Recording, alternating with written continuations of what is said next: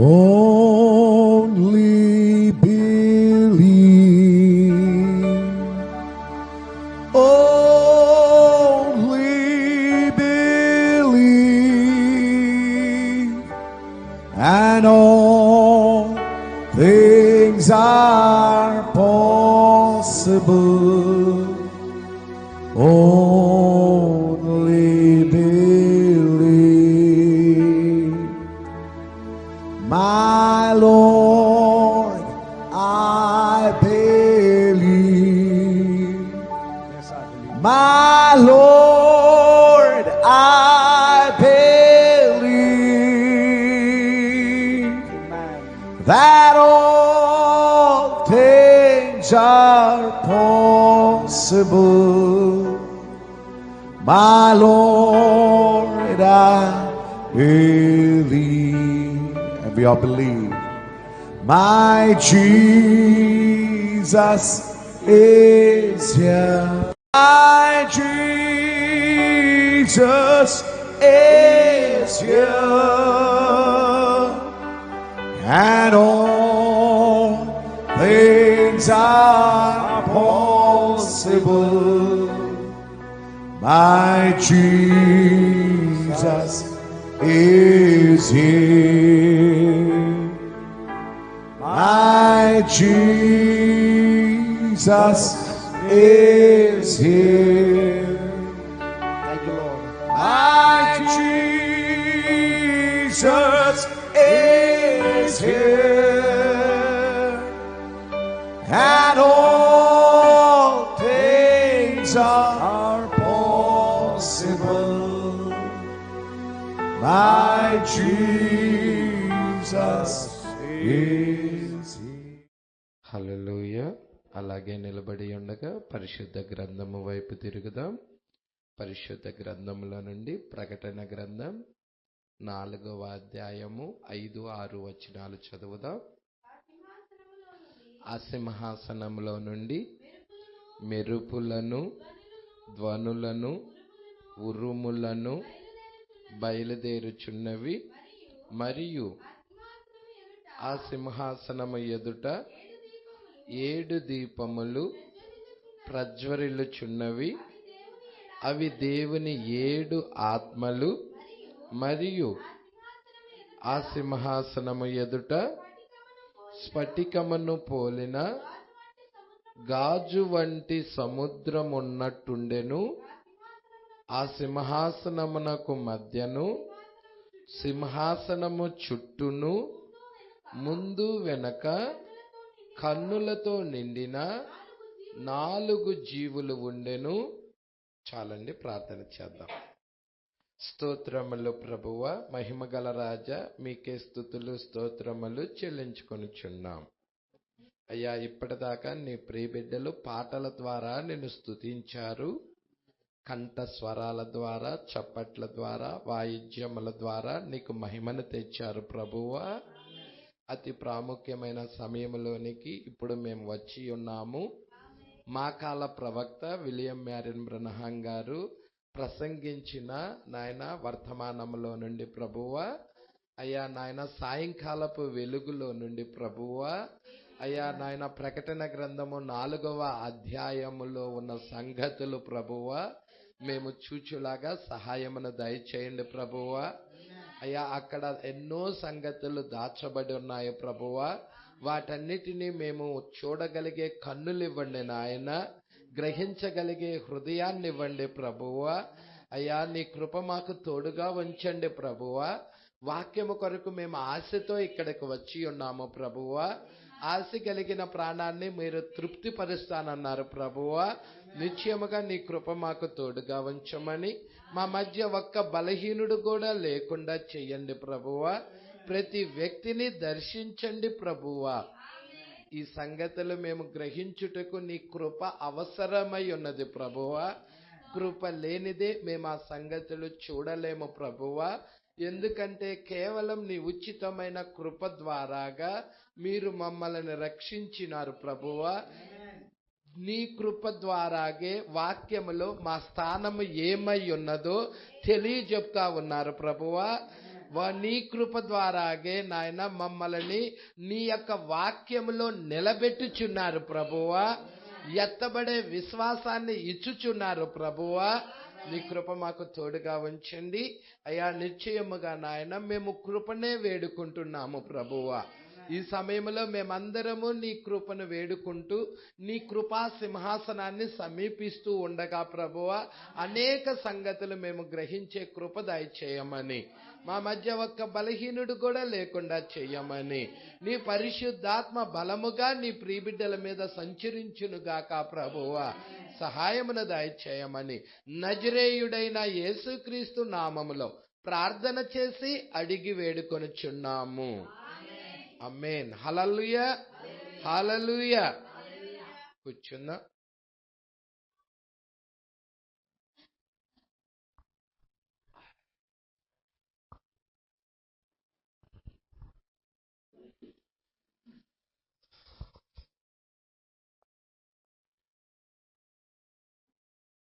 Praise lord. ఎంతమంది సంతోషంగా ఉన్నారు ఈ సమయంలో? సంతోషంగా ఉన్నారనుకుంటున్నాను. మరి చాలా జాగ్రత్తగా గమనిద్దాం. ఇక్కడ చాలా విషయాలు మరి ఈ ప్రకటన గ్రంథంలో 4వ అధ్యాయంలో ఉన్నాయి. మీరు చూచినట్లయితే ప్రకటన గ్రంథం 1, 2, 3 అధ్యాయాలు ఏంటి? 7 సంఘ కాలములు. 1, 2, 3 అధ్యాయాలు 7 సంఘ కాలాలు. 7 సంఘ కాలాలలో ఎవరు సిద్ధపరచబడతా ఉన్నారు? ఆయన భార్య. ఆదాములో నుండి ఏ విధముగా అవ్వను బయటికి తీశాడో, యేసుక్రీస్తులో నుండి ఆయన భార్యను బయటికి తీసి 7 సంఘ కాలాలలో సిద్ధపరచబడతా ఉన్నది. Praise lord. 4వ అధ్యాయములో వధువు ఎత్తబడతా ఉన్నది. అంటే ఆయన భార్య ఇంటికి వెళ్ళిపోతున్న అధ్యాయం ఏదయ్యా అంటే 4వ అధ్యాయము 1వ వచనం. Praise lord. మీరు చూస్తున్నారా అండి? యేసేపు భార్య ఇంటికి తీసుకెళ్లి పెట్టిన తర్వాత అన్నలకి తనను తాను బయలుపరుచుకున్నాడు. Praise lord. ఆదికాండం 45వ అధ్యాయంలో. ఇప్పుడు వధువు ఎత్తబడిన తర్వాత 1,44,000 మందికి యేసుక్రీస్తు తన్ను తాను బయలుపరుచుకోబోతున్నాడు. ఇప్పుడు 4వ అధ్యాయము 1వ వచనము ఎత్తబాటై ఉన్నది. దాని గురించి మనకి ప్రకటన గ్రంథం 4వ అధ్యాయము మొదటి పుస్తకంలో చెప్పాడు. హల్లెలూయా. 2వ పుస్తకములో మరి మనం చూస్తా ఉన్నాము. ఆ యొక్క వర్షపు ధనస్సు గురించి మాట్లాడాడు, 7 రంగుల గురించి మాట్లాడాడు, అపరంజి గురించి మాట్లాడాడు, ప్రైజ్ లార్డ్. మరకతము గురించి మాట్లాడాడు. ఆయనే మొదటివాడు, ఆయనే కడపటివాడు గురించి మాట్లాడాడు. రంగుల గురించి మాట్లాడటం మనం చూస్తా ఉన్నాము. సరే, 3వ పుస్తకము దగ్గరికి వచ్చేసేదలికే ఆ యొక్క కృపా కరుణాపీఠము మరియు న్యాయ తీర్పు. Praise lord. ఇప్పుడు దీంట్లో మనము చూస్తా వస్తా ఉన్నాం. హల్లెలూయా. ఈ మెరుపులేంటి, ఈ ఉరుములేంటి, ధ్వనులేంటి? ఎక్కడి నుండి బయలుదేరుతున్నాయి? సింహాసనంలో నుండి. Praise lord. దీనికి చాలా ప్రాముఖ్యమైన ఈ 3వ పుస్తకము చాలా ఇంపార్టెంట్ అయిన బుక్ అని మనము చూసుకొని ఉన్నాం. ఇప్పుడు 239వ పారా వైపుకి నేను తిరుగుతున్నా. మీకు పుస్తకాలు లేనప్పుడు ఇవి కొట్టించి ఫోటో స్టార్ట్ తీసి ఇవ్వటం జరిగింది. మీ దగ్గర జాగ్రత్తగా పట్టుకోవాలని ప్రభు పేరట కోరుచున్నాను. మరి ఎన్నవ పారా అండి? 239, పేజీ నెంబర్ 65వ పేజీ. Praise lord. మరి ఇక్కడ చూడండి, చాలా జాగ్రత్తగా చూడాలని ప్రభు పేరట కోరుచున్నాను. ఇచ్చట ఉన్న ఇదేమిటిది? ఇచ్చట ఉన్న ఇదేమిటిది? అది దీనిని ప్రతిబింబించుచున్నది. ఏది దేన్ని ప్రతిబింబిస్తుంది? అది దీనిని ప్రతిబింబిస్తుంది. అది అంటే ఏది, దీనిని అంటే దేనిని? Praise the lord. ఇప్పుడు మీరు చాలా జాగ్రత్తగా గనక చూచినట్లయితే వర్తమానము వెలుగు ఎక్కడి నుండి వస్తుందయ్యా? సింహాసనములో నుండి వస్తుంది. ఉరుము అంటే ఏంటి? దేవుని యొక్క స్వరం. ఉరుములు, మెరుపులు, ధ్వనులు సింహాసనములో నుండి వస్తున్నాయి. ఇప్పుడు ఆ యొక్క సింహాసనములో నుండి వచ్చిన ఉరుములు, మెరుపులు, ధ్వనులు ఎవరి మీదైతే అవి ప్రకాశిస్తున్నాయో, ఆ యొక్క ఉరుములు పడుతున్నాయో, ఆ వెలుగు ప్రకాశిస్తా ఉన్నదో, వారు ఆ వెలుగును ప్రతిబింబిస్తారు. Praise the lord. ఇప్పుడు జాగ్రత్తగా చూచినట్టయితే ఉరుము అంటే దేవుని యొక్క స్వరం, వాక్యమే వెలుగు.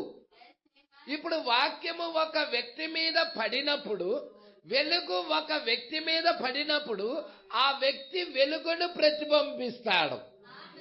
ఏ వెలుగైతే అతని మీద పడినదో దానినే అతడు ప్రతిబింబిస్తాడు. హల్లెలూయా. జాగ్రత్తగా పట్టుకుంటున్నారనుకుంటున్నాను. హల్లెలూయా. ఇక్కడ చూడండి, ఇక్కడ జాగ్రత్తగా పట్టుకోండి. అది దీనిని ప్రతిబింబిస్తుంది. అది వాక్యమై ఉన్నది. అది అంటే ఏంటి? వాక్యమై ఉన్నది. వాక్యము ఒక వ్యక్తి మీద పడుతున్నప్పుడు, వర్షము ఒక వ్యక్తి మీద పడుతున్నప్పుడు, అతనిలో వాక్యము ఉన్నట్లయితే, ఇక్కడ ఉన్న వాక్యము, ఫుల్పీట్ దగ్గర నుండి వస్తున్న వాక్యము, అతనిలో ఉన్న వాక్యము ఆ కరుడు కరుడని పిలుస్తా ఉన్నది. హల్లెలూయా. సంగమా పట్టుకుంటున్నారా? ఇక్కడ ఫుల్పీట్ దగ్గర నుండి వాక్యం వస్తా ఉంటది. ఇక్కడ కొంతమందే వాక్యమై ఉంటారు, మిగిలిన వారు వాక్యమై ఉండరు. అయితే వర్షము అందరి మీద కురుస్తుంది, వెలుగు అందరి మీద పడుతుంది. సూర్యుడి యొక్క వెలుగు గోధుమల మీద పడుతుంది, గురుగుల మీద పడుతుంది. వర్షము గోధుమల మీద పడుతుంది, గురుగుల మీద పడుతుంది. వర్షము గురుగును గోధుమగా మార్చదు. సూర్యుడి యొక్క వెలుగు కూడా గురుగును గోధుమగా మార్చదు. వర్షం ఏం చేస్తుందయా అంటే దాన్ని ఎదిగింపజేస్తుంది. వెలుగు ఏం చేస్తుందయా అంటే దాన్ని ఎదిగింపజేస్తుంది. నీ లోపల ఉన్న విత్తనం ఏమై ఉన్నదో దాన్ని ఎదిగింపజేస్తుంది. ఇప్పుడు మీరు ముందే వాక్యమై ఉన్నారు. ఇక్కడకు వచ్చి వాక్యంగా మారటం కాదు. హల్లెలూయా. ముందే వాక్యమై ఉన్నారు. వాక్యాన్ని పెట్టే పంపించాడు. వాక్యము పెట్టకుండా పంపబడాల. సంగమా పట్టుకుంటున్నారా? హల్లెలూయా. ఇక్కడ వాక్యము కావటం కాదు, ముందే మీలో వాక్యము ఉన్నది. యేసు ఏమని ప్రార్థించారు మీరే చూడండి. యోహాను సువార్త 17వ అధ్యాయములో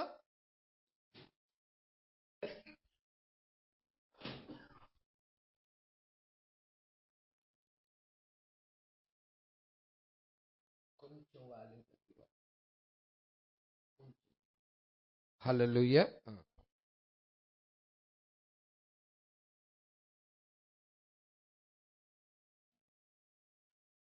తీశారా?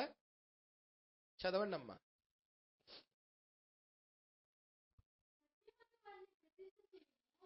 అందరూ తీశారా? 17వ అధ్యాయం తీశారు. వచనం చెప్పలేదేంటి పాస్టర్ గారు అంటున్నారా? 17 యోహాను సువార్త 17వ అధ్యాయము ఇక్కడ నుంచి చూడండి అమ్మా. 15వ వచనం నుండి చూద్దాం. తీసారా అండి? ఇక్కడ నుంచి కొంచెం ఇంకో పైనుంచే వస్తే మంచిది.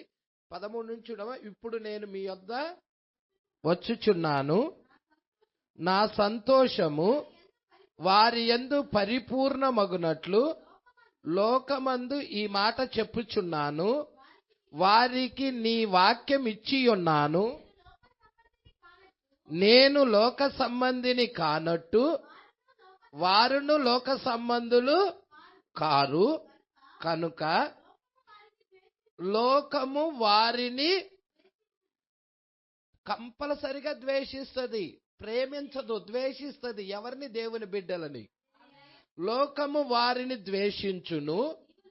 నీవు లోకములో నుండి వారిని తీసుకొని పొమ్మని నేను ప్రార్థించటం లేదు, కానీ దుష్టుడి నుండి వారిని కాపాడమని. యేసయ్య ప్రార్థన చూసారా? లోకంలో నుండి వారిని తీసుకొని వెళ్ళు ప్రభువా అని ప్రార్థించటం లేదు. హల్లెలూయా. మరి ఎలా ప్రార్థిస్తున్నాడు? దుష్టుడి నుండి, దుష్టుడి యొక్క అగ్ని బాణాల నుండి, అపవాది నుండి వారిని కాపాడమని ప్రార్థిస్తున్నాడు. అంటే అపవాది యొక్క దాడి అనేది ఉన్నది. అపవాది దేవుని బిడ్డల మీద దాడి చేస్తాడని ఖచ్చితంగా ఇక్కడ రాయబడి ఉన్నది. అయితే ఎప్పుడైతే అపవాది దాడి జరుగుతుందో ఆ అపవాది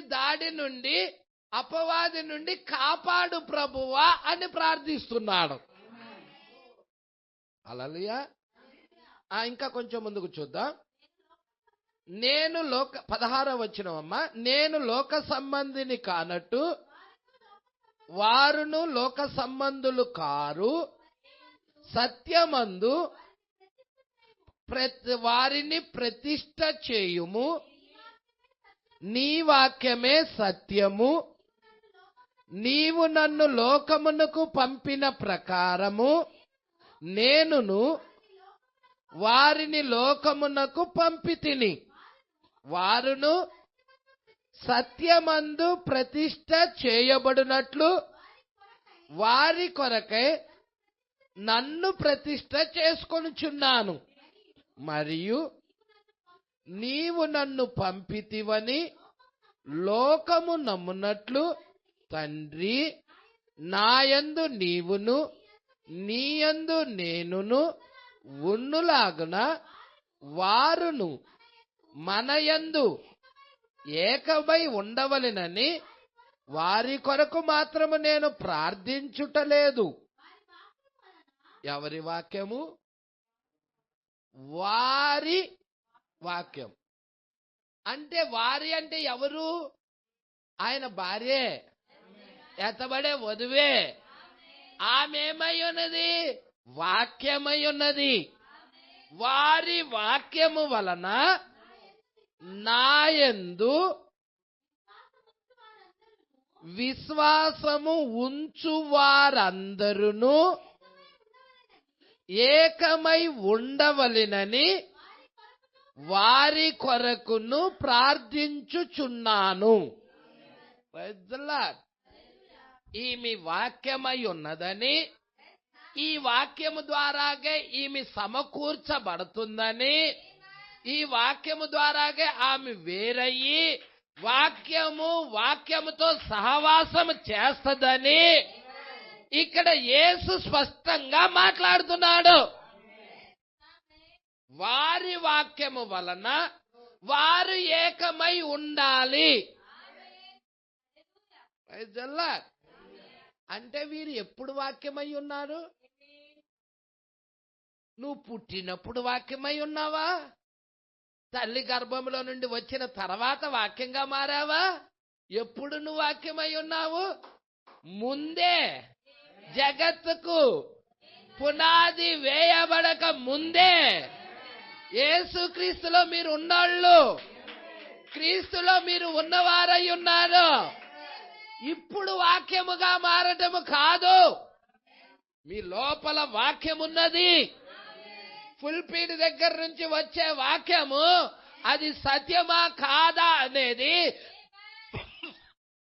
మీ లోపల ఉన్న వాక్యమే నిర్ధారిస్తుంది. ఇప్పుడు మీరు చూడండి, ఆ వాక్యం అంతా ఎదగటానికి ఏం కావాలి? సూర్యుడి వెలుగు కావాలి, వర్షం కావాలి. హల్లెలూయా. ఇక్కడ అంటున్నాడు, ఇచ్చట ఉన్నది ఇదేమిటి, ఇచ్చట ఉన్న ఇదేమిటది, అది దేనిని ప్రతిబింబించుచున్నది?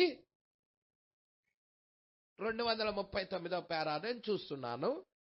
అది వాక్యమై ఉన్నది, వాక్య జలముల ద్వారా కడగబడెను. ఎవరు వీరు? ఎవరు వీరు? వాక్య జలముల ద్వారా కడగబడెను. వీళ్ళు కడగబడి దేనినో ప్రతిబింబిస్తున్నారు. దేని ద్వారా కడగబడ్డారు వీరు? వాక్య జలముల ద్వారా కడగబడి మరి వాక్యాన్నే ప్రతిబింబిస్తున్నారు. Praise the lord. వీరు దేన్ని ప్రతిబింబిస్తున్నారు? వాక్య జలముల ద్వారా కడగబడ్డారు. అక్కడ ఆవరణంలో ఏమున్నాయి? వేరుపరుచు జలాలు ఉన్నాయా? ఎల్లప్పుడూ ఉన్నాయా? అక్కడ జలములు ఉన్నాయా? అక్కడ వాక్యం ద్వారాగా ఉదక స్నానం జరుగుతుందా? కడగబడటం జరుగుతుందా? వాక్య జలముల ద్వారా కడగబడిను. వాక్యము ద్వారా కడగబడుట. ఇక్కడ ఎంతమంది కడగబడుతున్నారు? వాక్యం ద్వారా కడగబడటం జరుగుతుందా? మన పాపములు, మన దోషములు, మన అపరాధాలు హల్లెలూయా ఆయన రక్తములో కడిగివేయబడుతున్నాం.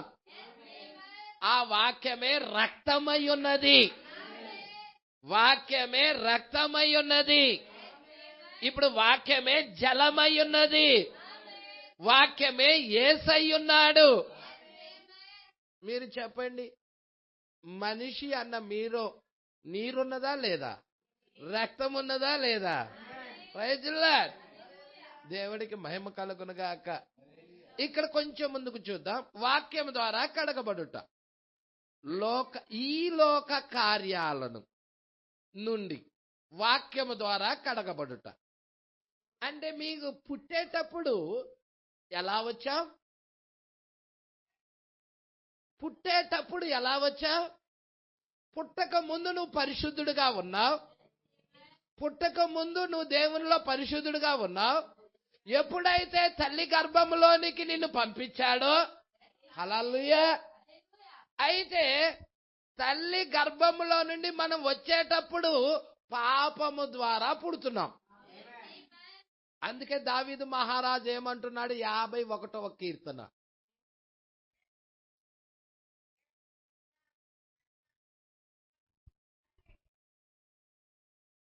కీర్తనలు 51. ఇది మరి దావీదు మహారాజు బెత్షెబాతో పోయినప్పుడు రాస్తున్న కీర్తన అండి ఇది.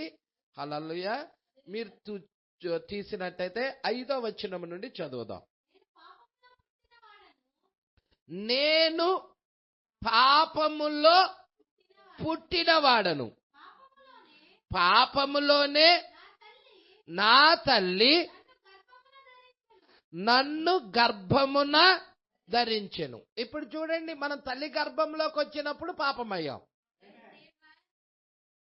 తల్లి గర్భంలో పడకముందు పరిశుద్ధుడే. హల్లెలూయా. తల్లి గర్భంలోకి రావటము ద్వారాగా మన తల్లి గర్భంలోకి ఎలాగొచ్చి శరీరేచ్ఛల ద్వారా, మానసేచ్ఛల ద్వారా, లైంగిక పరంగా, సెక్సువల్ గా మనమందరము కూడా పాపము ద్వారా వచ్చి ఉన్నాం. అందుకే ఇక్కడ దావీదు మహారాజు ఏమంటున్నాడు? నేను పాపములోనే పుట్టినవాడును. ఒక్క దావీదే కాదు, భూమి మీద పుట్టిన ప్రతి మానవుడు, ప్రతి మానవుడు, ఒక స్త్రీ పురుషుడు కలయిక ద్వారా వచ్చిన ప్రతి మానవుడు పాపములోనే పుట్టి ఉన్నాడు.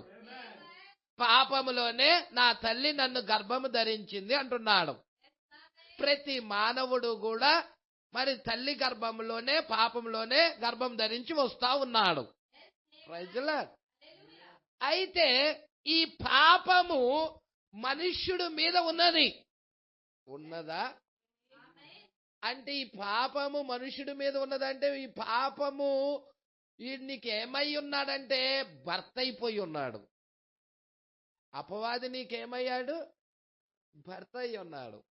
అందుకే నీకు తెలియకుండానే వాడు గుణలక్షణాలన్నీ నీలో ఉండిపోతాయి. హల్లెలూయా. కోపం ఉండిపోయిద్ది, ఈర్ష్య ఉండిపోయిద్ది, అసూయ ఉండిపోయిద్ది, మత్సరము ఉండిపోయిద్ది, క్రోధం ఉండిపోయిద్ది, కక్ష ఉంటది. ఉంటాయా ఇవన్నీ ప్రతి మానవుడిలో కూడా ఉన్నాయి. ఇవన్నీ పాపము యొక్క లక్షణాలు. జారత్వము, వ్యభిచారము, దొంగతనం, ఇక్కడ గలతీలకు రాసిన పత్రికలో ఉంటాయిలాండి అవన్నీ. హల్లెలూయా. అయితే వీటిని చంపబడాలి అంటే వాక్యము కావాలి, పరిశుద్ధమైన వాక్య జలాలు కావాలి. Praise the lord.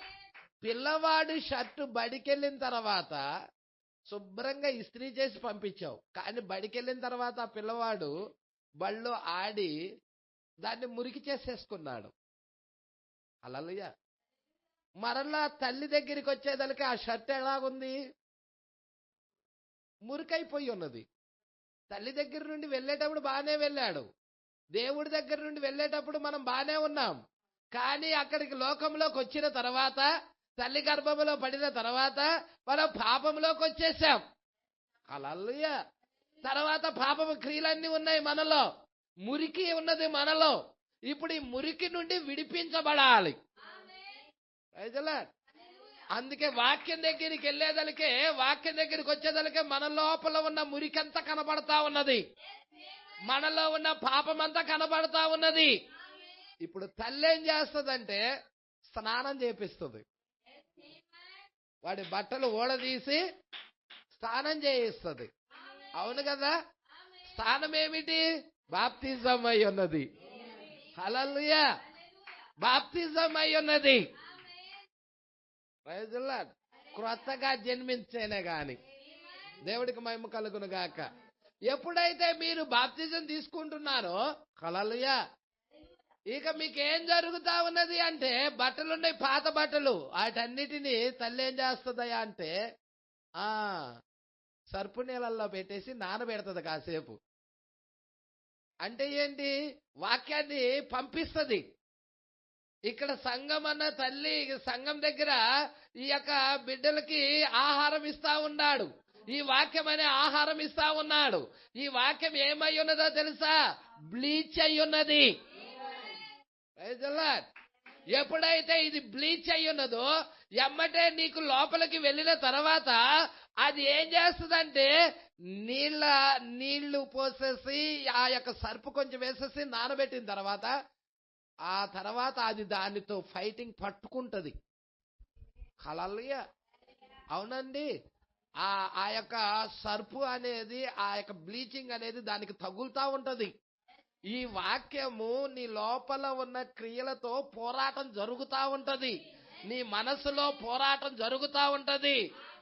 అంటే ఎప్పుడైతే నువ్వు వాక్యాన్ని స్వీకరిస్తున్నావో, అసలైన వాక్యం దగ్గరికి వచ్చావో, అప్పుడు నీలో పోరాటం అనేది ప్రారంభమవుతుంది. Praise the lord. ఎప్పుడు పోరాటం ప్రారంభమైనది? అసలైన వాక్యం దగ్గరికి వచ్చినప్పుడే పోరాటం ప్రారంభమైనది. Praise the lord. ఏంటి పోరాటం? ఆ మురికిని వదిలించాలని, ఆ లోక కార్యాలు తీసేయాలని, ఆ పాపపు నైజం తీసేయాలని. Praise the lord. ఇక దాన్ని తీసుకెళ్లి బండకేసి 2 బాదులు బాదుతాం. అందుకే బైబిల్ ఇలా చెబుతుంది, మీ బిడ్డలని బండకేసి కొట్టువాడు ధన్యుడు. బండ ఎవరు? క్రీస్తు. ఇప్పుడు వాక్యం అనే బండకి తగలాలి మనం. వాక్యం అనే బండ ద్వారా కొట్టబడాలి మనం. ఇదిగో 1963లో బండ దిగొచ్చింది. తలరాయి దిగొచ్చింది. ఆ రాయికి కొట్టబడాలి మనము. Praise the lord. దేవుడికి మహిమ కలుగునుగాక. సంగమా, పట్టుకుంటున్నారు ఈ విషయాలు. ఇక్కడ చూడండి, వాక్యం అనే ఎప్పుడైతే ఆ బండకేసి కొట్టబడతామో, ఆ గుడ్డలు బండకేసి కొట్టబడతాయో, ఇక ఆటికి పట్టిన మురికెళ్ళిపోతుంది, వేరవుతుంది. అవునా? మురికిని వేరు చేసింది ఒక పౌడర్, ఒక డిటర్జెంట్ పౌడర్. ఈ రోజు మురికిని వేరు, మన లోకాన్ని వేరు చేసే ఒక పౌడర్ ఇక్కడ ఉన్నది, ఒక వాక్యం ఇక్కడ ఉన్నది.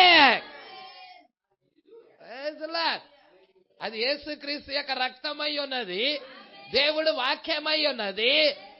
దాన్ని మనం తీసుకుంటున్నప్పుడు, దానిలో మనం జీవిస్తున్నప్పుడు, అది ఇక మనలో ప్రారంభిస్తుంది యుద్ధాన్ని, మనసులోనే ప్రారంభిస్తుంది. Praise the lord. నువ్వు మంచి చేయాలనుకుంటావు, అది చెడు చేసేలా చేస్తుంది. పౌలు గారు అంటున్నాడు, రోమిలకు రాసిన పత్రిక 7వ అధ్యాయంలో చెప్తున్నాడు, నేను మంచి చెయ్యాలనుకుంటున్నాను కానీ మంచి చేయలేకపోతున్నా, కీడే జరుగుతూ ఉన్నది, నా యందు నివసించు పాపమే అది అన్నాడు. Praise the lord. నా యందు నివసించు పాపమే అన్నాడు. పట్టుకుంటున్నారా అండి? మరి ఇక్కడ మనం చూద్దాం. ఈ లోక కార్యాల నుండి వాక్యం ద్వారా కడగబడుట. హల్లెలూయా. వాక్యం. ఆయన నిన్న, నేడు మరియు నిరంతరము ఏకరీతిగా ఉన్నాడని చెప్పబడింది. అంటే ఆయన అన్ని కాలాల్లో కూడా ఉన్నాడు. భూతకాలమే కాదు, వర్తమాన కాలమే కాదు, భవిష్యత్ కాలం, అన్ని కాలాలలో ఉన్నవాడు ఆయన, అన్ని చోట్ల ఉన్నవాడు ఆయన. ఆయన సర్వాంతర్యామి, సర్వజ్ఞుడు ఆయన. Praise the lord. పెంతుకోస్తు కాలములో, పట్టుకుంటున్నారా? పెంతుకోస్తు కాలములో, పెంతుకోస్తు అంటే ఈ సంఘం, ఇప్పుడు పెంతుకోస్తు సంఘంగా పిలవబడుతున్న ఇది కాదండి. అపోస్తుల కార్యం 2వ అధ్యాయములో అక్కడ పెంతుకోస్తు అను పండుగ దినము వచ్చినప్పుడు అపోస్తులందరూ ఆడ కూడుకొని మేడగదిలో ఉన్నారు. ఆ పెంతుకోస్తు అనే పండుగ దినాన ఒక అద్భుతం జరిగినది. ఏంటంటే పరిశుద్ధాత్మ అగ్ని జ్వాలల వంటి నాలుకలుగా విభాగించుకొని వారి మీదకి దిగొచ్చినది. అందుకే పెంతుకోస్తు కాలంలో, శిష్యుల కాలంలో ఆయన మారని వాడిగా ఉండెను. కానీ దాని తర్వాత కాలంలో ఆయన మారిపోయాడనా? No no no. దాని తర్వాత కాలంలో దేవుడే మారిపోలా, మనుషులు మారారు కానీ దేవుడు మారలా. పట్టుకున్నారా? దాని తర్వాత కాలంలో ఆయన మారిపోయినని చెప్పదది. లేదండి, ఆయన నిరంతరం ఏకరీతిగానే ఉన్నాడు. అర్థమైనదా? వేరేదో చెప్పుచున్నట్లుగా దాన్ని మీరు మార్చి వెయ్యలేరు. వాక్యాన్ని మీరు మార్చి ఒక్క నిమిషము, ఒక్క విషయము, ఈ ఒక్క విషయము మీదే ఎన్నో గంటలు మనం చెప్పుకుంటూ వెళ్ళవచ్చు. ఆయన మారని వాడని, ఆయన మార్పు లేని వాడని, పాత నిబంధనలో ఉన్న దేవుడే కొత్త నిబంధనలో ఉన్నాడని ఎన్నో విషయాలు చూయించుకుంటా, మాదిర్లు కూడా చూయించుకుంటా గంటలు గడపచ్చు. అవునండి. అబ్రహాం దగ్గర ఉన్న దేవుడు మోషే దగ్గర ఉన్నవాడిని, అబ్రహాం నా దినము చూసి ఆనందించడని యేసే చెబుతా ఉన్నాడు. Praise the lord. అనేక విషయాలు కూడా మనము చెప్పుకోవచ్చు. హల్లెలూయా. ఎన్నో గంటలు మనం చెప్పుకుంటూ వెళ్ళొచ్చు. కానీ దానిని ఇప్పుడు మీకు అర్థం చేసుకున్నారని నేను నమ్ముచున్నాను. దేవుడు మిమ్మల్ని పిలుచుట వలన మీరు దాన్ని అర్థం చేసుకుంటారు. మీరు చూడండి, రోమిలకు రాసిన పత్రిక 8వ అధ్యాయం 28 చూడమ్మా. 28, 29. దేవుణ్ణి ప్రేమించు వారికి అనగా ఆయన సంకల్పము చొప్పున పిలవబడిన వారికి మేలు కలుగుటకై సమస్తమును సమకూడి జరుగుచున్నవని ఎరుగుదుము. చూస్తున్నారా అండి?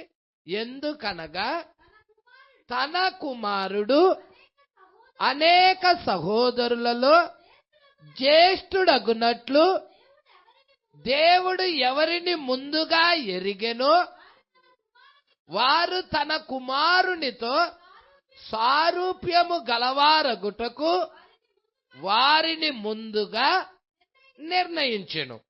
మరియు ఎవరిని ముందుగా నిర్ణయించాడో వారినే పిలిచెను.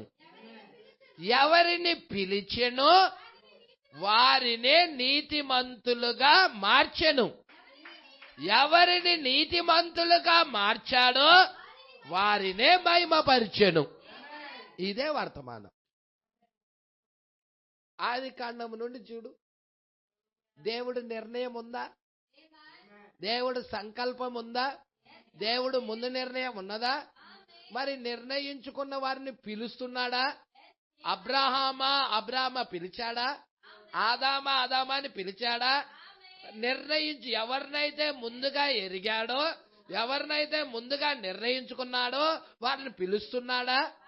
పిలిచిన వారిని నీతిమంతులుగా మారుస్తున్నాడా? ఏంటి నీతిమంతులుగా మార్చటం?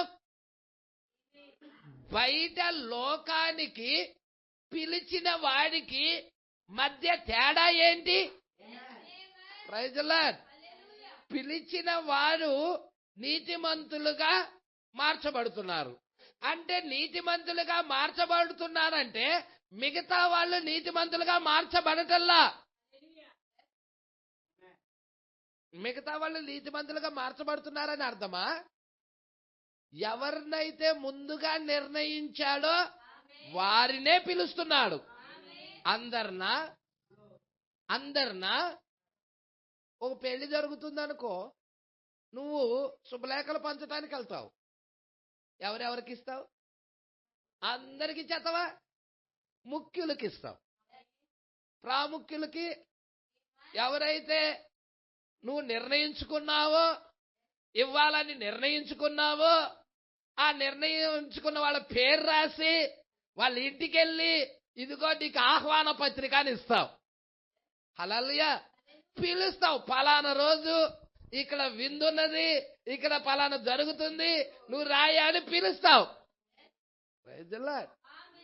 పలానా రోజు పెళ్లి జరుగుతుందని పిలుస్తావు, పలానా రోజు విందు జరుగుతుందని పిలుస్తావు. కలుస్తారా? హల్లెలూయా. ఇక ఆ పత్రిక తీసుకొని అతడు వస్తాడు. ఏదైతే అతడికి ఇచ్చారో దాన్ని తీసుకొని అతడు వస్తాడు.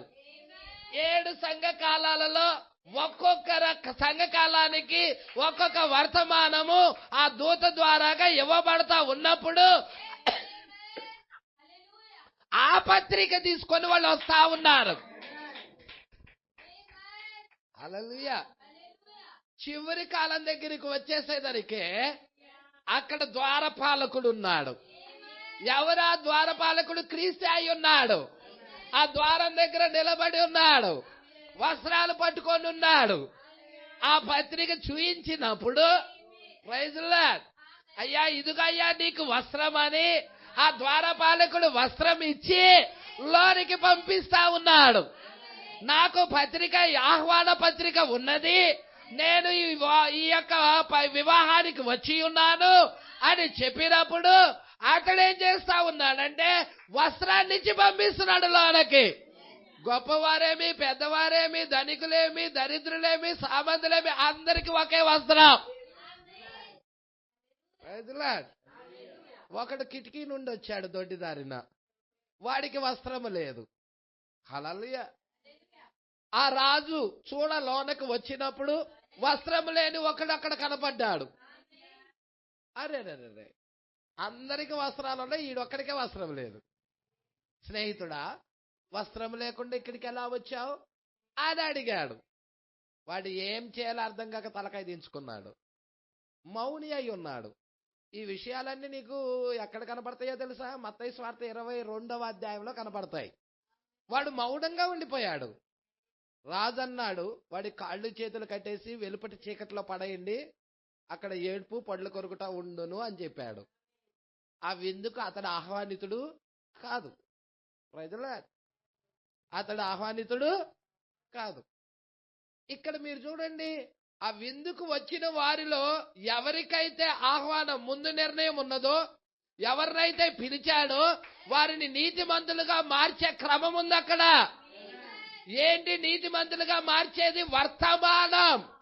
వాక్యము నిన్ను పరిశుద్ధపరుస్తుంది, వాక్యము నిన్ను వేరుపరుస్తుంది, వాక్యము చేత ఉదక స్నానం చేయబడుతున్నావు. నువ్వు నీ ఆలోచనలు మారుతున్నాయి, నీ ఉద్దేశాలు మారుతున్నాయి, నీ తలంపులు మారుతున్నాయి, నువ్వు నూతన సృష్టిగా మార్చబడతా ఉన్నావు.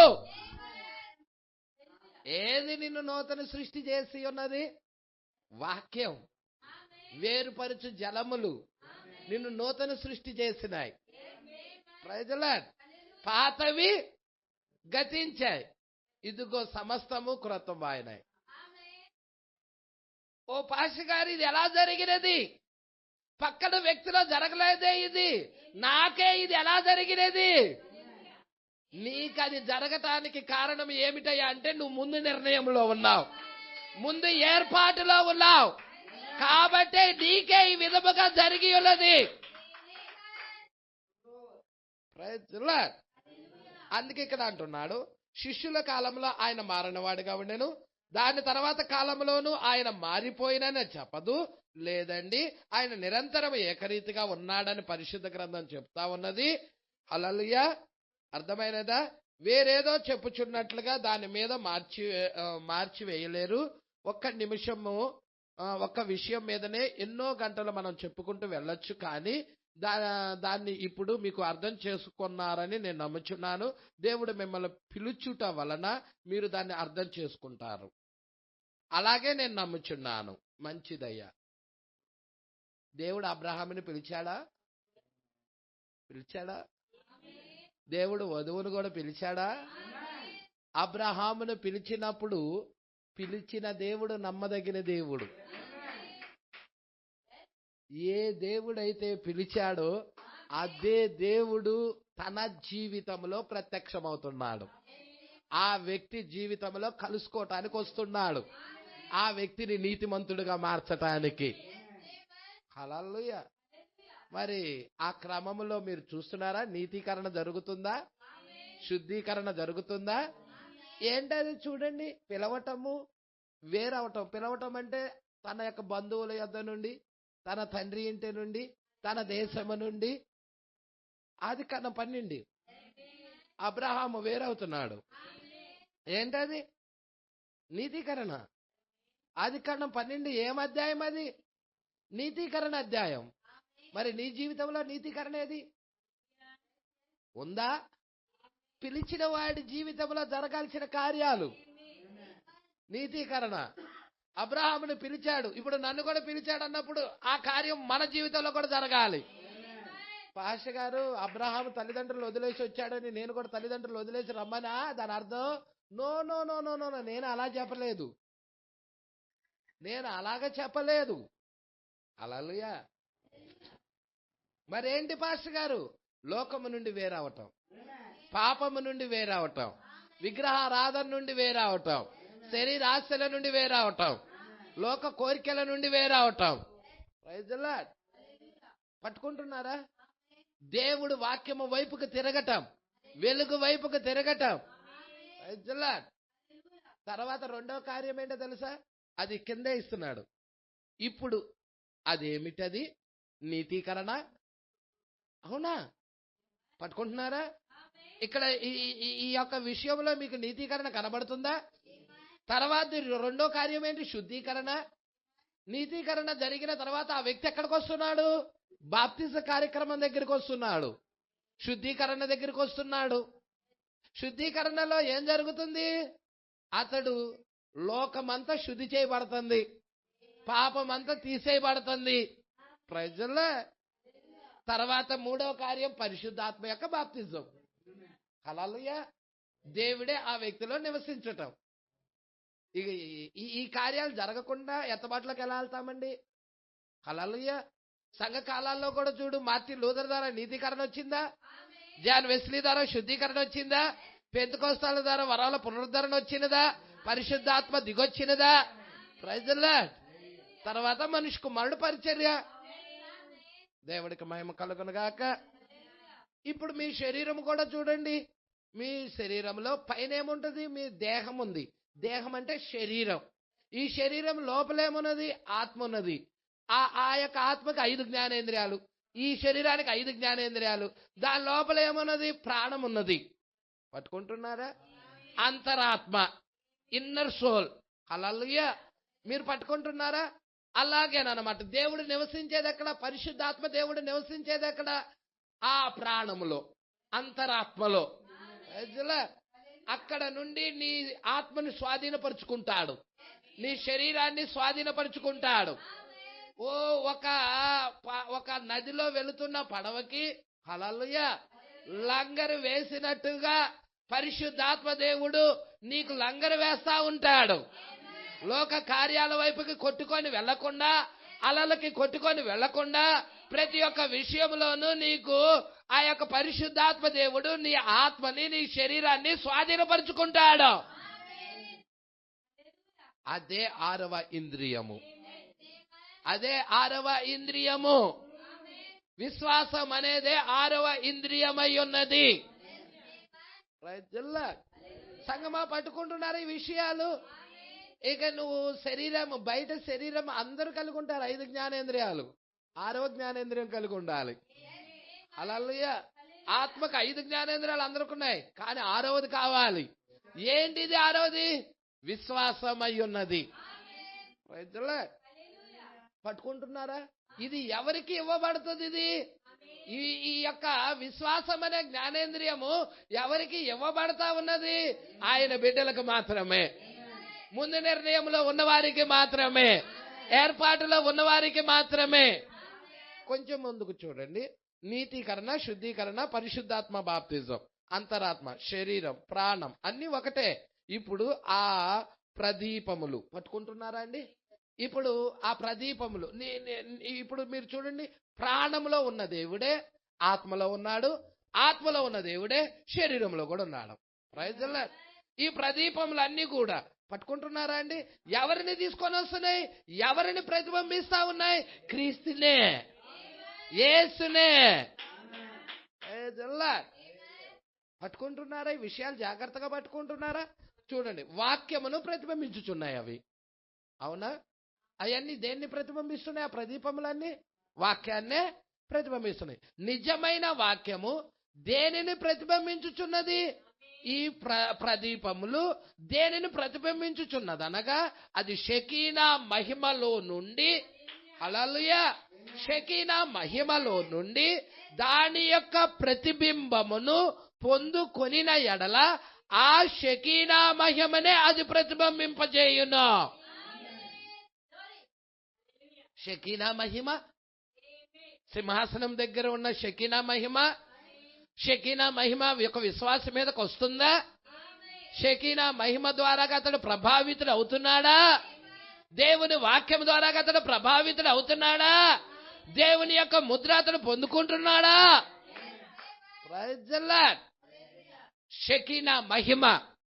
సంగమా, ఈ విషయాలు పట్టుకుంటున్నారా? మీరు జాగ్రత్తగా పట్టుకోండి. మీరు మీ వెలుగును తత్వ కళాశాలలో పొందుకుంటే, ప్రైజ్ ది లార్డ్. అంటే తత్వ కళాశాల అంటే ఏంటి? తత్వ కళాశాల బైబిల్ గృహం. బైబిల్ గృహం దగ్గర, లేకపోతే సంఘ శాఖల దగ్గర, హల్లెలూయా, అక్కడ ఆ వెలుగును కనుక మీరు పొందుకుంటే, లేకపోతే ఒక బాప్టిస్ట్ సంఘంలోను, ఒక పెంతెకొస్తు సంఘంలోను, ఒక లూథరన్ సంఘంలోను, ఈ యొక్క 3000కు పైగా ఉన్న మత శాఖ సంస్థలలో అక్కడ ఉన్న ఆ వాక్యాన్ని కనుక మీరు పొందుకున్నట్టయితే, హల్లెలూయా, ఆ వెలుగును పొందుకున్నట్టయితే మీరు దేన్ని ప్రతిబింబిస్తారు? యేసునా? మీరు యేసును ప్రతిబింబిస్తారా? దేన్ని పొందుకున్నారో దాన్నే ప్రతిబింబిస్తారు, రిఫ్లెక్ట్ చేస్తారు. వేరేది రిఫ్లెక్ట్ చేయటానికి లేదాడా. ఏది ఇత్తుతామో దాన్నే కోస్తాం, వేరేది కొయ్యటానికి లేదు అక్కడ. Praise the lord. ఇక్కడ చూడండి, మీరు మీ వెలుగును తత్వ కళాశాలలో పొందుకొనిన ఎడల మీరు నేర్చుకున్న ఆ వేద కళాశాల వెలుగునే ప్రతిబింబిస్తారు. ఆ వేద కళాశాల వెలుగునే ప్రతిబింబిస్తారు. మీరు మెథడిస్ట్ తత్వ కళాశాల యొక్క వెలుగును పొందుకున్నారనుకోండి, మీరు మెథడిస్ట్ తత్వమునే ప్రతిబింబిస్తారు. అవునా? దానినే మీరు ప్రతిబింబిస్తారు. మీరు పెంతుకోస్తు కళాశాలలో అభ్యసించిన దానిని పొందుకొనినా మీరు పెంతుకోస్తు తత్వమునే ప్రతిబింబించుదురు.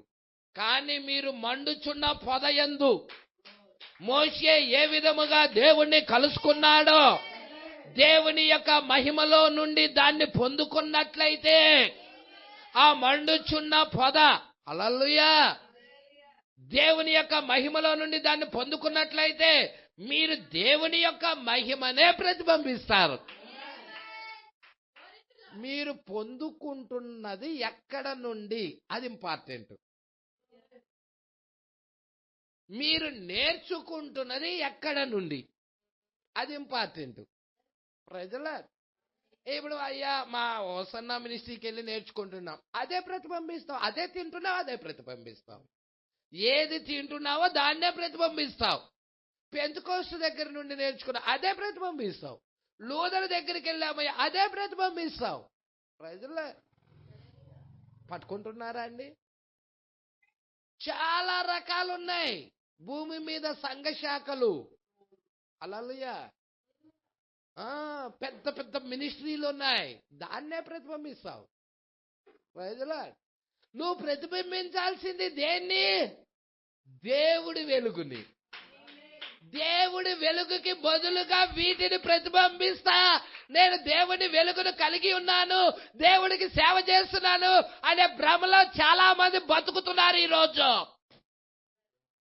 నిజం సహోదరుడా, ఉన్నది చెబితే అందరికి అట్టాగే ఉంటుంది.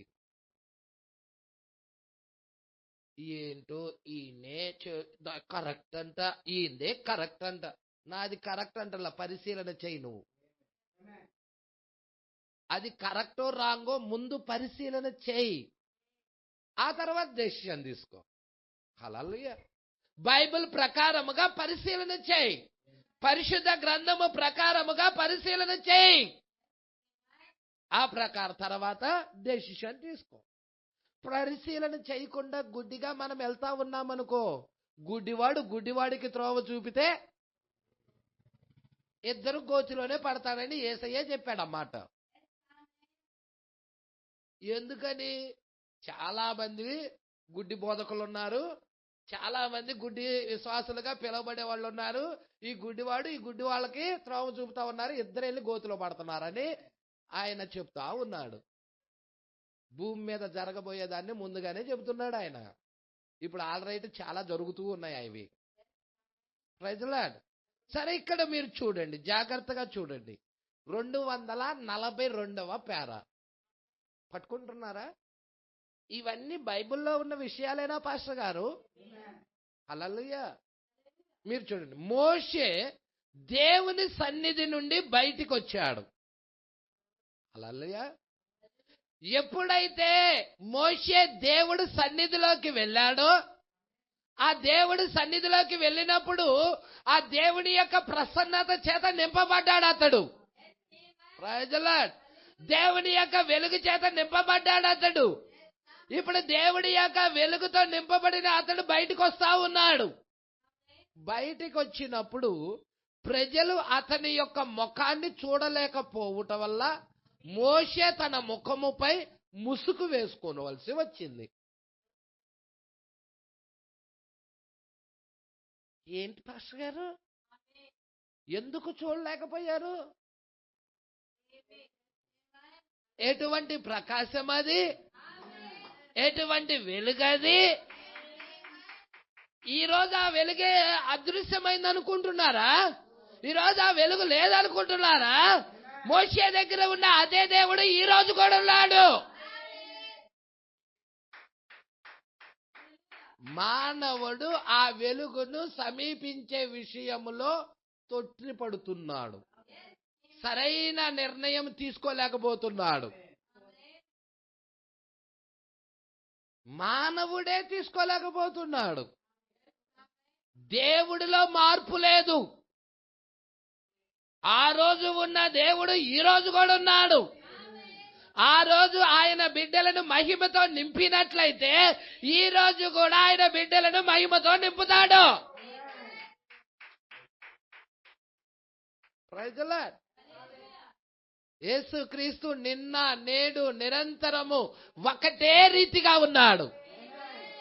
మానవుడు పడిపోయింది ఎక్కడో తెలుసా? అనేకమైన అబద్ధ కాపరులు వచ్చి త్రోవ తప్పించారు. మీరు కావాలంటే లేఖనాలు కావాలంటే చూడండి. ఇర్మియా గ్రంథం, ఇర్మియా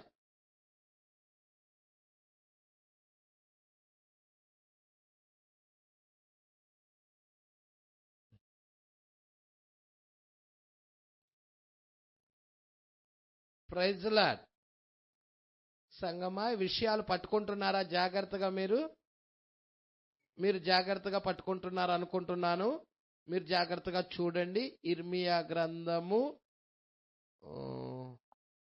ఎన్నో వచ్చినమ్మది 50వ అధ్యాయం 6వ వచనం. ఇంపార్టెంట్ అయినవి జాగ్రత్తగా అండర్లైన్ చేసుకోండి.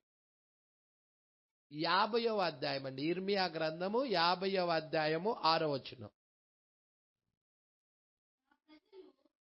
నా ప్రజలు ఎవరు మాట్లాడుతున్నారు? యెహోవా ప్రవక్తతో మాట్లాడుతున్నాడు. ఇర్మియా ప్రవక్తతో మాట్లాడుతున్నాడు. నా ప్రజలు త్రోవ తప్పిన గొర్రెలుగా ఉన్నారు.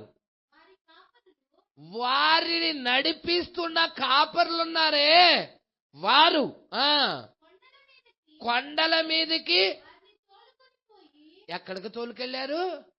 పెద్ద పెద్ద కొండలు. మీకు తెలుసా? ప్రకటన 17లో ఒక కొండ ఉంది. ప్రకటన 17లో ఒక కొండ ఉంది.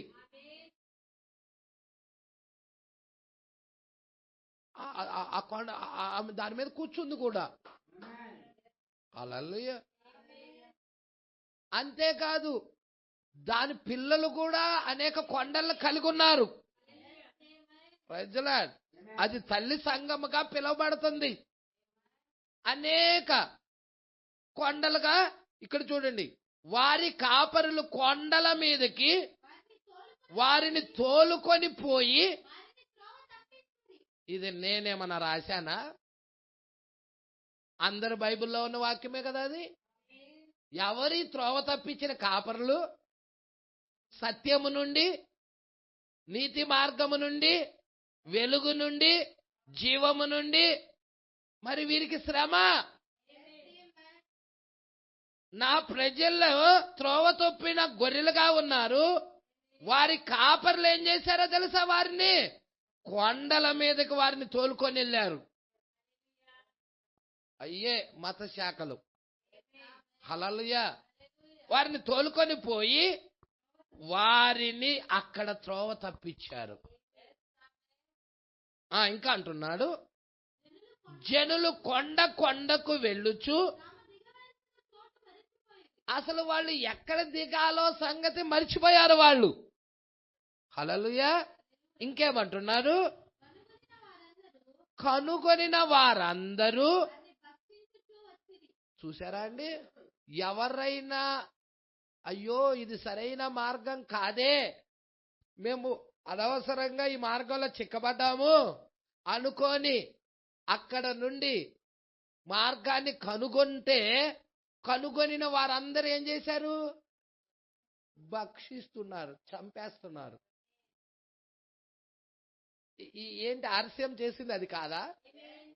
ప్రొటెస్టెంట్ సంఘాలు చేసింది అది కాదా? చెప్పండి, చరిత్ర చదవండి కావాలంటే. Praise the lord. ఎంతమంది వాక్య పక్షాన నిలబడిన వారిని భక్షించారో. హల్లెలూయా. ఇక్కడ వస్తుంది, ఇంకా వస్తుంది, ముందుకు వస్తుంది. దేవుడికి మహిమ కలుగును గాక. హల్లెలూయా. ఇక్కడ చూడండి, చాలా జాగ్రత్తగా పట్టుకోండి. మరి వాళ్ళు ఏం చేస్తారో తెలుసా? సమాధులు కూడా అలంకరిస్తారు. హల్లెలూయా. వాళ్ళ వస్త్రములు ఎలా ఉంటాయి? యేసు చెప్పాడు వాళ్ళ గురించి. మీరు సువార్తలు చదవండి. మరి 4 సువార్తల్లో వాళ్ళ గురించి యేసు మాట్లాడాడు. మరి ఇక్కడికి వచ్చేద్దామా మనం? ఇక్కడికి రావాలని ఎంతమంది ఇష్టపడుతున్నారు? 242వ పేర. మోషే దేవుని సన్నిధి నుండి బయటకు వచ్చినప్పుడు ప్రజలు అతని యొక్క ముఖాన్ని చూడలేకపోవటం వల్ల మోషే తన ముఖముపై ముసుగు వేసుకోవలసి వచ్చెను. అవును కదా? మోషే దేవుని శక్తితో సంపూర్ణముగా నింపబడి ఉండెను. హల్లెలూయా. ఈ రోజు దేవుడు కూడా కోరుతుంది అదే. అపవాది దేవుని శక్తి లేకుండా చెయ్యాలని చూస్తున్నాడు. ఈ లోకములో ఉన్న ఆశలు చూపిస్తున్నాడు. కానీ దేవుడు ఏం చేస్తున్నాడంటే, మీరు అపవాదిని తంత్రాలు ఎరగాలని, అపవాదిని జయించాలని, మీరు దేవుని శక్తి కలిగి ఉండాలని తన వర్తమానాన్ని పంపించి నిన్ను బయటికి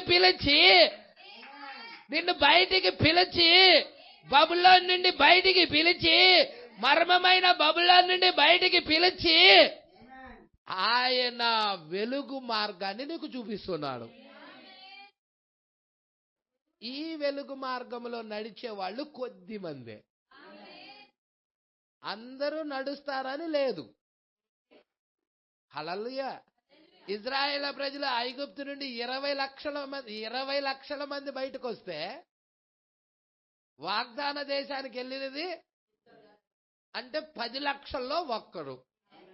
ఎంత ఫిల్టరేషనో చూడు. మరి వర్తమానం దగ్గరికి వచ్చిన వాళ్ళందరూ కూడా ఏర్పాట్లో ఉన్నవాళ్ళు అనుకోకూడదు, ఎత్తబాటులోకి వెళ్ళే వాళ్ళు అనుకోకూడదు. ప్రజల్లో ఎత్తబాటులోకి వెళ్ళే వాళ్ళల్లో ఏమి కలిగి ఉంటారో చెప్తున్నాడు. వారు దేనిని ప్రతిబింబిస్తారంటే వాళ్ళు వెలుగును ప్రతిబింబించే వారిగా ఉంటారు. మోషే ఆ వెలుగును ప్రతిబింబించాడా? మోషే ఆ వెలుగును ప్రతిబింబించేటప్పుడు జనులు చూడలేకపోయారా? అతని ముఖము మీద ముసుకేసుకున్నాడు. మరి నిన్ను కూడా దేవుడు ఏం చేస్తున్నాడు? వెలుగును ప్రతిబింబించే వానిగా చేయాలని ఇష్టపడుతున్నాడు. మరి నువ్వు సిద్ధమేనా? ఇదిగో నేనున్నాను ప్రభువా, నీ స్వరాన్ని వినటానికి, నీ వాక్యానికి లోబడటానికి, నీ మాటకి చెవియొగ్గటానికి, ఆ వెలుగును ప్రసరింపజేసే ప్రకటన పత్రికలుగా ఉండటానికి, లోకమును విడిచిపెట్టడానికి, పాపము నుండి విడుదల చేయడానికి నీ రక్తము చేత నన్ను కడుగు ప్రభువా, నేను నీకు సమర్పించుకుంటున్నాను ప్రభువా, నేను నీకు ప్రతిష్ఠించుకుంటున్నాను ప్రభువా. ఎంతమంది అలాగా ఉన్నారు ఈ రాత్రికాల సమయంలో? Praise the lord. ఇక్కడ ఒక వ్యక్తి గురించి ప్రవక్త మాట్లాడుతున్నాడు. ఆ వ్యక్తి నా వంటి సామాన్యమైన మనిషే. అతను పాస్టర్ కూడా కాదు, ఒక సంఘ పెద్ద. హల్లెలూయా. అతను ఒక పాస్టర్ కూడా కాదు, ఒక సంఘ పెద్ద. కానీ దేవుని వెలుగును ప్రతిబింబిస్తున్నాడు. దేవుని వెలుగును అతడు ప్రతిబింబిస్తా ఉన్నాడు, ఒక విశ్వాసి. Praise the lord. మరి మోషే చూసాం, ఆయన కాపరై ఉన్నాడు. ఇప్పుడు ఒక విశ్వాసిని కూడా చూపిస్తున్నాడు. ఆ విశ్వాసి పేరే చెప్పాలా? స్టెఫను. ఏంటండి? స్టెఫన్ ఇప్పుడు దేవుడి వెలుగును ప్రతిబింబిస్తున్నాడా పాస్టర్ గారు? ఎస్, దేవుడి వెలుగును ప్రతిబింబిస్తున్నాడు స్టెఫను. చూడండి మీరు ఎలాగా ప్రతిబింబిస్తున్నాడో ప్రవక్త ఇక్కడ మాట్లాడుతున్నాడు. చూడండి 243వ పేర. స్టెఫను పరిశుద్ధాత్మతో సంపూర్ణంగా నింపబడి ఉన్న ఒక వ్యక్తి. దేనితో? పరిశుద్ధాత్మతో సంపూర్ణంగా నింపబడ్డాడు. పరిశుద్ధాత్మతో నింపబడిన వ్యక్తి యొక్క గుణ లక్షణాలు పట్టుకోండి. ఇక్కడ స్టెఫను గుణ లక్షణాలు మీరు పట్టుకుంటే పరిశుద్ధాత్మతో నింపబడిన వ్యక్తి గుణ లక్షణాలు కూడా ఈజీగా మీకు అర్థమవుతాయి. Praise the lord. స్టెఫను వాక్యమును ఎరిగిన వ్యక్తి. పరిశుద్ధాత్మతో నింపబడిన వ్యక్తి వాక్యము ఎరగకుండా ఉండడు. వాక్యము ఎరగకుండా ఉండడు. ఎందుకు? పరిశుద్ధాత్మ అంటేనే వాక్యం. పరిశుద్ధాత్మతో నింపబడిన వ్యక్తి అంటే పరిశుద్ధాత్మను కలిగిన వ్యక్తి అతడు. Praise the lord.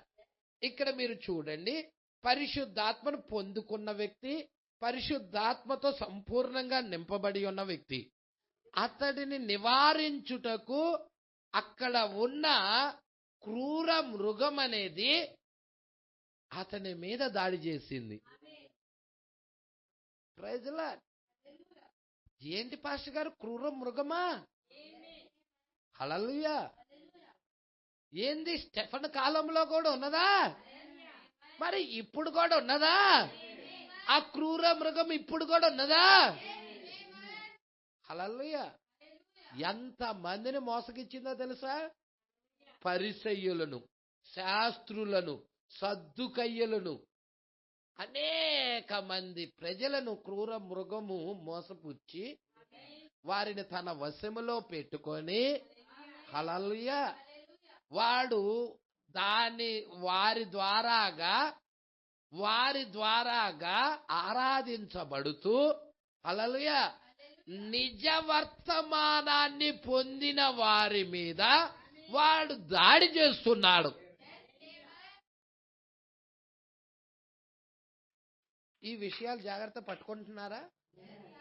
మీకు కావాలంటే అనేక రుజువులు ఉన్నాయి. షడ్రక్, మేషక్, అబేద్నెగో నిజ వర్తమానాన్ని కలిగి ఉన్నారు. యేసుక్రీస్తుని ఆరాధిస్తున్నారు. మృగం ఏం చేసిందో తెలుసా? హల్లెలూయా, వారిని చంపాలని, వారి భక్తిని నిర్మూలన చెయ్యాలని అందరిలో జొరబడినది. ఆ ప్రతిమకు అందరూ సాగిలపడుతున్నారు. కానీ ఇక్కడ ఈ ముగ్గురు సాగిలపడతలేదు. ఈ వర్తమానము పక్షాన నిలబడే ఒక చిన్న జనాంగము ఎక్కడో ఆయనకి ఉన్నది. శ్రమొచ్చిన, శోధనొచ్చిన, ఇరుకులొచ్చిన, ఇబ్బందులొచ్చిన, ఖడ్గమైన, ఉపద్రవమైన, కరువైన, హింసైన వాక్యము నుండి తొలగిపోదు. ఆ వధువు వాక్యమును వదిలిపెట్టదు, వాక్యాన్ని విడిచిపెట్టదు. చెప్పండి, మోషే ఏమన్నా వదిలిపెట్టాడా? చెప్పండి, యోబుకు వచ్చిన శ్రమలు ఏ కుటుంబానికైనా వచ్చినాయా? కానీ యోబుకు ఉన్న ఆస్తి తీసివేయబడినది, బిడ్డలు పోయారు, కూతుళ్ళు చనిపోయారు, చివరికి ఆరోగ్యము కూడా దెబ్బతినది యోబు. హల్లెలూయా. 7 కుమారులు చనిపోయారు, ఆస్తి అంతా కోల్పోయాడు. తూర్పు దిక్కున ఉన్న జనులలో యోబు వంటి ధనవంతుడు ఎవ్వడూ లేడు. అంత ధనం తీసేశాడు.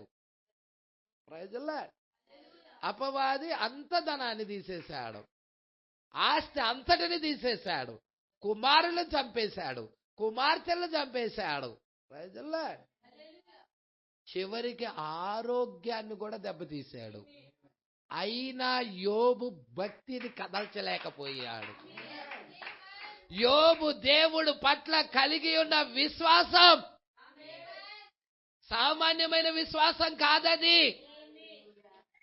భార్య వచ్చి దేవుణ్ణి దూషించి చావరాదా అంది. అయితే యోబన్నాడు, మూర్ఖురాలు వలె మాట్లాడకు, యెహోవా ఇచ్చాడు, మనం ఆనందించాము, యెహోవాయే తీసుకున్నాడు. ఆయనే ఇచ్చాడు, ఆయనే తీసుకున్నాడు. Praise the lord. దేవుడిని ఇంత కూడా యోబు తక్కువ చేసి మాట్లాడలేదు. Praise the lord. మరి ఆ విశ్వాసి చూసారా ఎంత దృఢముగా నిలబడ్డాడో? ఆ కాపరి చూసారా ఎంత దృఢముగా నిలబడ్డాడో? అలాంటి వారి చివరి దినాల్లో ఉన్నారు. ఆ వాక్య పక్షాన నిలబడే వాళ్ళు ఉన్నారు.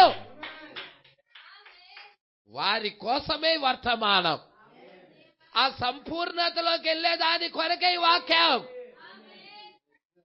ఓ ప్రభువా, నేను కూడా అటువంటి విశ్వాసము ఇవ్వు ప్రభువా.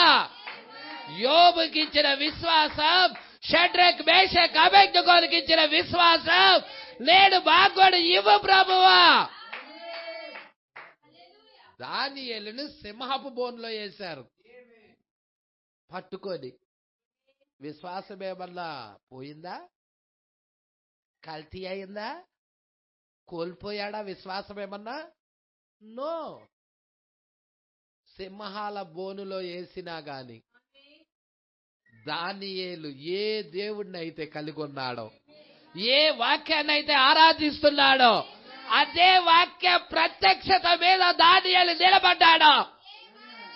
దేవుడే ఆ గృహలోకి వచ్చాడండి.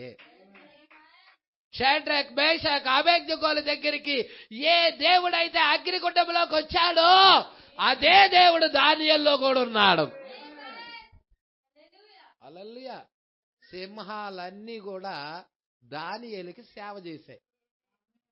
అయ్యా, నీవు మమ్మల్ని సృజించిన సృష్టికర్తవు. హల్లెలూయా. మరి నిన్ను కలుసుకునే భాగ్యము దొరికిందయ్యా మాకు అని ఎంతో సేవ చేసే దానియేలుకి. మరుసటి రోజు రాజు వచ్చి, దానియేలు నువ్వు సజీవంగా ఉన్నావా, సింహాలు తినేయకుండా నువ్వు బతికే ఉన్నావా అనంటే దానియేలు అంటున్నాడు, రాజు చిరంజీవి అగునుగాక, నేను ఇంకా బతికే ఉన్నానయ్యా, సింహాలు నన్నేం తినలేదయ్యా అన్నప్పుడు దానియేలు మీద ఎవరైతే నేరారోపణ మోపారో వారందరిని బంధించి ఆ సింహాల గృహలో వెయ్యండి చూద్దాం అని వాళ్ళందరినీ వేసేదలికే ఎముకలు కూడా బిగలకుండా నవిలి పడేసింది. సింహాలు ఎముకలు కూడా బిగలకుండా నమిలి పడేసి తుత్తినీళ్ళు చేసి పడేసింది. Praise lord. సంఘం పట్టుకుంటున్నారా? మరి అయ్యే సింహాలు దానియేలుని ఎందుకు తినలా? ఆ మనుషుల్ని తిన్నాయి, ఈ దానియేలుని ఎందుకు తినలా? దానియేలు ఎందుకు తినలేదంటే దానియేలులో సృష్టికర్త నివసిస్తున్నాడు. ఆ వెలుగును ప్రసరింపజేయగల ఒక ఆయన, ఆ వెలుగు ఆ వ్యక్తిలో నుండి వస్తా ఉన్నది. ఈ రోజు నీలో నుండి కూడా ఆ వెలుగు ప్రకాశించాలని దేవుడు కోరుకుంటున్నాడు. ఇక్కడ చూడండి, పరిశుద్ధాత్మతో స్టెఫను పరిశుద్ధాత్మతో సంపూర్ణంగా నిలబడి ఉన్న ఒక వ్యక్తి. అతడిని నివారించుటకు ప్రయత్నించారు. ఎందుచేత? అపవాది లెగుస్తుంది, తుఫాను వలె లెగుస్తుంది. ఒకసారి యేసుక్రీస్తు ఆ ధోనిలో ఉన్నప్పుడు శిష్యులు చక్కగా సాక్ష్యకూటం పెట్టుకున్నారు. ధోని సాఫీగా వెళ్తా ఉంది సరస్సులో. హల్లెలూయా. ఇక ఎప్పుడైతే ఆ ధోని సాక్ష్యకూటం పెట్టుకున్నాడో అపవాది చూసేసాడు. ఇక్కడ ఆయన లేడు, వీళ్ళందరినీ ముంచేద్దాం, ఆయన శిష్యులని పిలువబడుతున్నారు, వీళ్ళందరూ చచ్చిపోతారు అనుకొని పెద్ద తుఫాన్ని రేపాడు. ఎవరు? అపవాది. హల్లెలూయా. ఎన్ని తెడ్లేసినా కానీ ఆ పడవ స్వాధీనానికి రావటల్లా, ఆ ఓడ స్వాధీనానికి రావటల్లా. ఇక తర్వాత కిందకెళ్ళి, ప్రభువా ప్రభువా మేము నశించిపోతున్నాం, నువ్వు లే ప్రభువా అని నిద్రపోతున్నా అని లేపారు. ప్రజల పైకొచ్చి చూసేదానికి తుఫాను భయంకరంగా అలల చేత కొట్టబడుతూ ఇసిరిసిరి కొడతా ఉంది. హల్లెలూయా. ఎప్పుడైతే ఆ తుఫాన్ని గద్దించాడో అది నిర్మలమైపోయింది. తుఫాన్ని గద్దించగానే నిర్మలమైపోయింది. మన దేవుడు సముద్రం మీద కూడా అధికారం కలిగిన ఆయన, రోగాల మీద కూడా అధికారం కలిగిన ఆయన, చనిపోయిన వారిని కూడా బతికించే ఆయన. లాజరు సమాధి దగ్గర చనిపోయి పాతి పెట్టిన ఆయన్ని బతికిలేదా అండి? సృష్టికర్త ఆయన అండి. మరి నీ విశ్వాసము ఎక్కడ? హల్లెలూయా.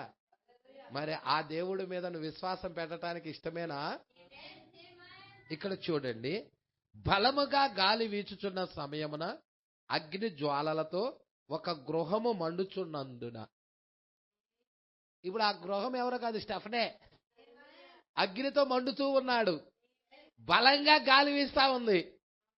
ఏదైనా ఒక్కరవా అగ్ని ఒక ఇంటికి అగ్ని మండిందనుకో, నిప్పు పట్టిందనుకో, ఇప్పుడు గాలి ఎక్కువైతే ఆర్పటం ఎవరన్నా వల్ల అయిద్దా?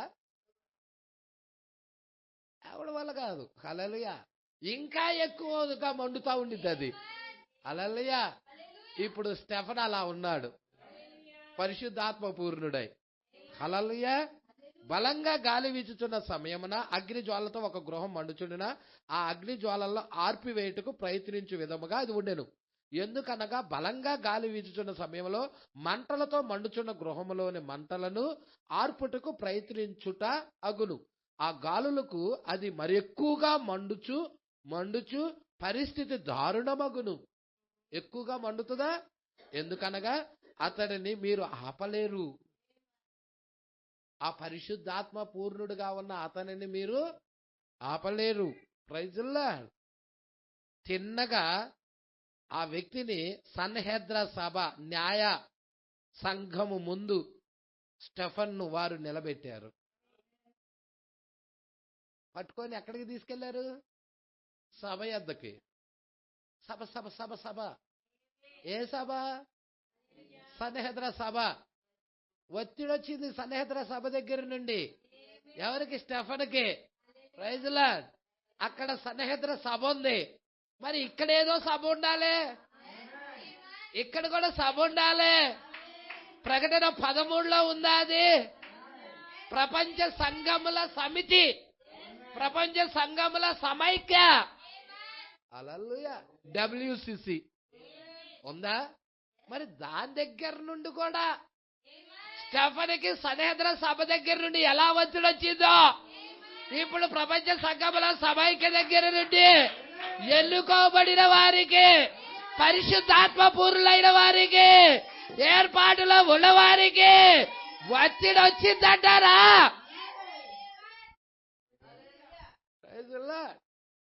దేవుడికి మహిమ కలుగునుగాక. అయ్యా, ఈ వాక్యం దగ్గరికి వచ్చే వ్యక్తి ఎప్పుడో చచ్చిపోయాడయ్యా. హల్లెలూయా. కొత్తగా మీరు చంపేదేమి లేదు, ఆల్రెడీ ఎప్పుడో చనిపోయాననే స్థితిలో రావాలి. Praise the lord. ఆశలు పెట్టుకొని కాదు ఇక్కడికి. హల్లెలూయా.